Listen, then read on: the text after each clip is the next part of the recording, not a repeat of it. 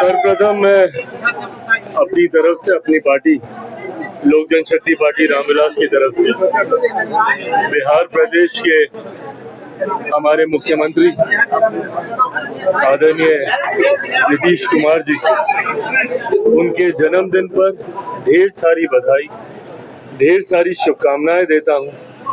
उम्मीद करता हूं, प्रार्थना करता हूं कि दीर्घायु हो, स्वस्थ रहें और जो अनुभव उनके पास बिहार राज्य को लेकर है, जिन विपरीत परिस्थिति से उन्होंने बिहार को निकालकर मुख्य धारा के साथ जोड़ने का प्रयास किया और जिस तरीके से मेरे प्रधानमंत्री और मुख्यमंत्री जी की जोड़ी मिलकर बिहार को आने वाले दिनों में विकसित राज्य की ओर लेकर जाने का कार्य कर रही है और जो मेरा भी सपना है कि बिहार फर्स्ट, बिहारी फर्स्ट बने।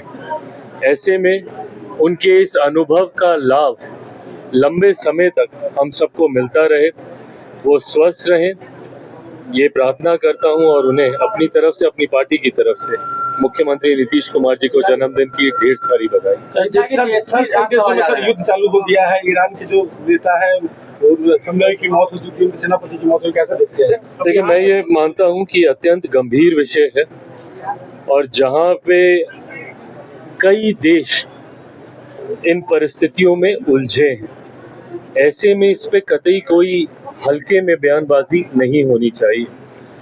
भारत हमेशा से शांति का पक्षधर रहा है। हमारा देश बुद्ध का देश है। युद्ध से ज्यादा हम लोगों ने हमेशा माना है कि वार्तालाप के माध्यम से, और कल यही भारत की तरफ से जो अधिकृत बयान गया है यही कि बिना इस विषय को एक्सेलरेट किए हुए हम लोग साथ बैठकर इसको हम लोग को सुलझाने का काम करना चाहिए। ऐसे में जो दो मुख्य देश हैं, ईरान और इजराइल, ईरान हम लोग का सबसे पुराने साथियों में से एक रहा। इजराइल के साथ जो हमारे संबंध हाल फिलहाल के वर्षों में मजबूत हुए हैं, ऐसे में हम लोग चाहते हैं कि जहां भारत एक तरफ अपने पुराने दोस्तों का साथ देते हुए वहीं नए दोस्तों को अपने साथ लेकर आगे बढ़ने का काम कर रहे, हम लोग चाहते हैं कि ऐसे में ये विषय जितनी जल्द वार्तालाप से सुलझ सके। पर मैं पुनः कहूँगा कि ये इंटरनेशनल डिप्लोमेसी से जुड़ा हुआ मामला है।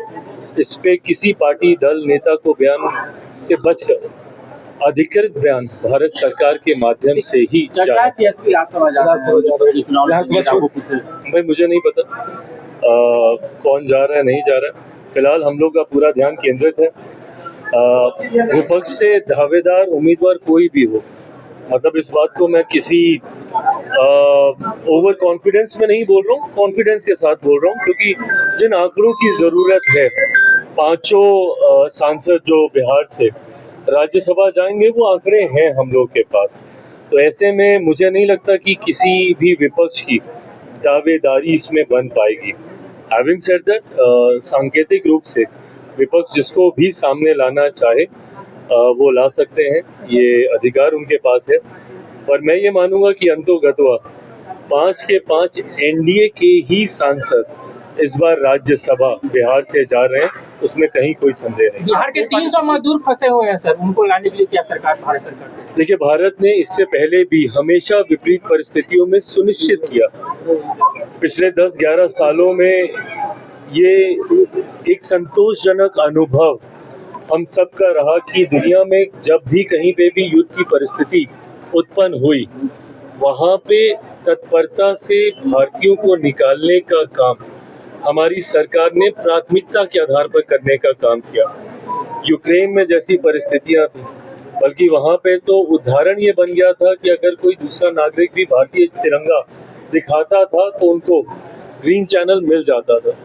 ऐसे में खाड़ी के देशों में जहाँ पे जितने भी भारतीय हैं, जितने बिहारी हैं, मेरी चिंता बिहारियों के लिए भी है, तो ऐसे में जितने भी भारतीय हैं वो सुरक्षित हों और उनको जल्द से जल्द अपने देश हम लोग कैसे वापस लेकर आए, क्योंकि मिडिल ईस्ट में अगर आप देखिएगा तो मेजॉरिटी ऑफ द कंट्रीज ने एयर स्पेस को फिलहाल के लिए बंद किया है। ऐसे में ऑल्टरनेटिव व्यवस्था उस पर सरकार कल से ही गंभीरता से कार्य कर रही है। देशवासियों की सुरक्षा ऐसे खाड़ी के देशों में हम लोग की प्राथमिकता रहेगी।